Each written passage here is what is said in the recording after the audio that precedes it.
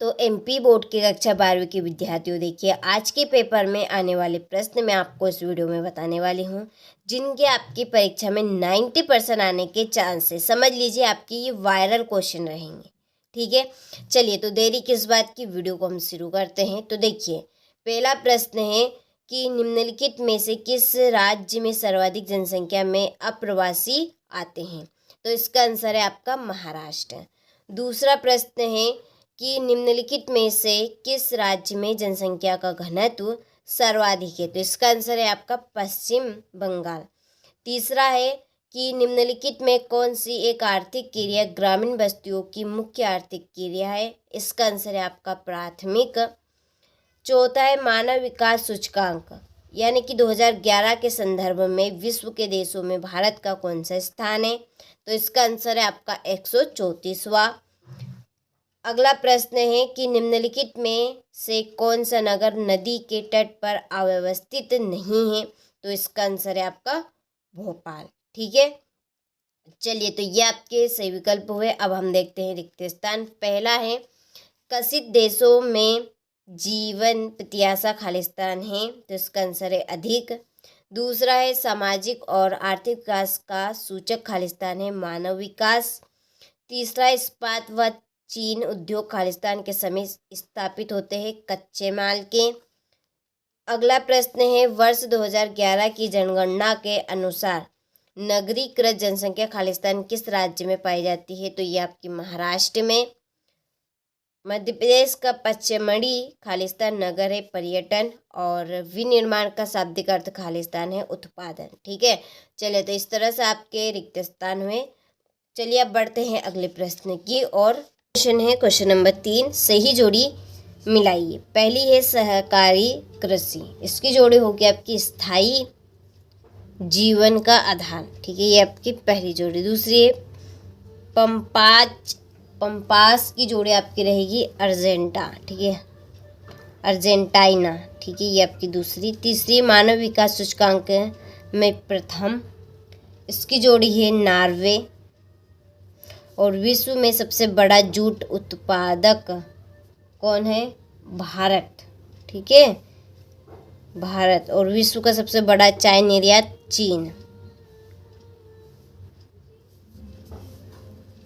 चलिए यहाँ से जोड़ेगा, स्क्रीनशॉट ले लीजिए। चलिए इसके बाद में है एक वाक्य में उत्तर लिखिए। पहला है जनसंख्या वृद्धि दर से क्या आशय है। इसका आंसर आपको कंप्लीट करना है। साक्षरता का सर्वाधिक लाभ क्या है। जनसंख्या की दृष्टि से विश्व में भारत का कौन सा स्थान है। कायिक घनत्व क्या है। भारतीय डायस्पोरा के अनुसार भारत की कितनी जनसंख्या ने अन्य देशों में उत्प्रवास किया है। और जनसंख्या परिवर्तन के 3 प्रमुख घटक कौन से हैं। देखिए इनके आंसर हमारी एप्लीकेशन पर आपको मिल जाएंगे। ठीक है, वहाँ पर हमने इस प्रश्न पत्र के नोट्स बना लिए हैं, तो उस नोट्स में आपको ये एक वाक्य के उत्तर पूरे मिल जाएंगे। तो उसके लिए आपको कुछ भी नहीं करना है, इस वीडियो की डिस्क्रिप्शन में जाना है, या आप डिस्क्रिप्शन में नहीं जाएंगे तो चैनल पे आप जाएंगे तो चैनल 8 पे आपको एक नंबर मिलेंगे, आप उन नंबर पे कॉल कर लीजिएगा, आपको पूरी जानकारी मिल जाएगी। देखिए जो हमारा खेल है वो फाइनल का है, एनुअल एग्ज़ाम को, उसके लिए हम ज़ोरों शोरों से तैयारी करवा रहे हैं हमारी एप्लीकेशन के ऊपर। तो अधिक से अधिक आप वहाँ पे जुड़िए। ठीक है, ये त्रैमासिक अर्धवार्षिक प्री बोर्ड तो वैसे ही आपकी जो है आपकी मेन है वो है आपकी वार्षिक। ठीक है, चलिए तो सत्यासत्य की ओर बढ़ते हैं। मृत्यु दर अधिक हो जाने से औसत जीवन प्रत्याशा घट जाती है। तो बिल्कुल राइट बात है ये। ठीक है, चलिए चलवासी पशुचारण एक प्राचीन निर्वाह व्यवसाय रहा है, ये भी आपका सत्य है। नैनीताल एक पर्यटन नगर है, बिल्कुल सत्य। ग्रामीण बस्तियों के लोग प्राथमिक कार्य करते हैं, असत्य। भारत में पिछले वर्षों में कृषि भूमि का प्रतिशत बढ़ा है, बिल्कुल सही बात है। और डॉक्टर हक के अनुसार विकास लोगों के विकल्पों में वृद्धि करता है, तो ये भी आपका सत्य है। ठीक है, यहाँ पर थोड़ी सी मिस्टेक हो जाती है टाइप में। चलिए तो यहाँ से स्क्रीनशॉट आप ले लीजिए।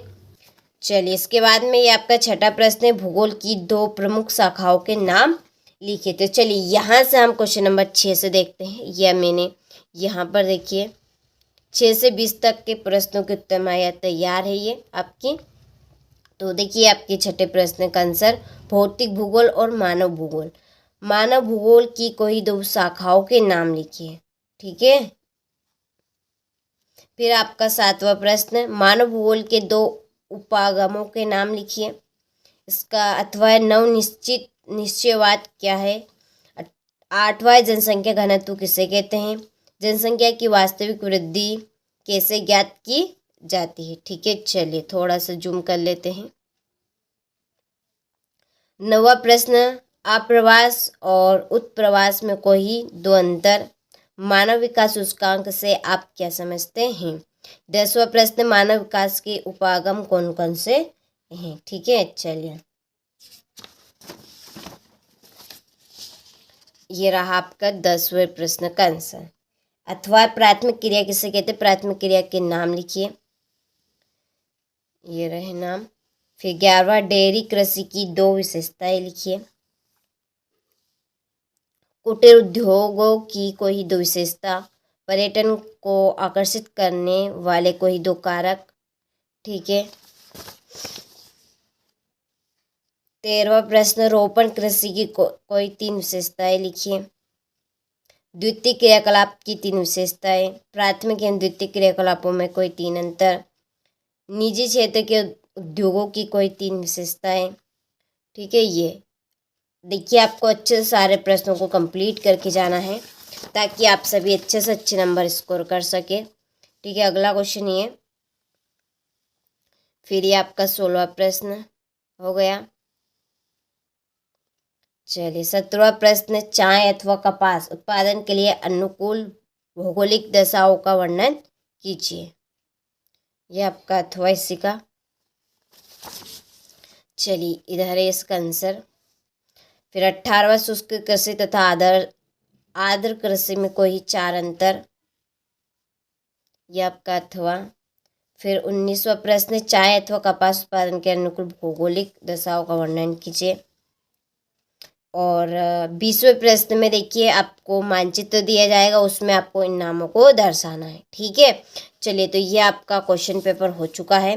तो आपको परीक्षा हाल में जाने से पहले अच्छे से इस क्वेश्चन पेपर को कंप्लीट करके जाना है।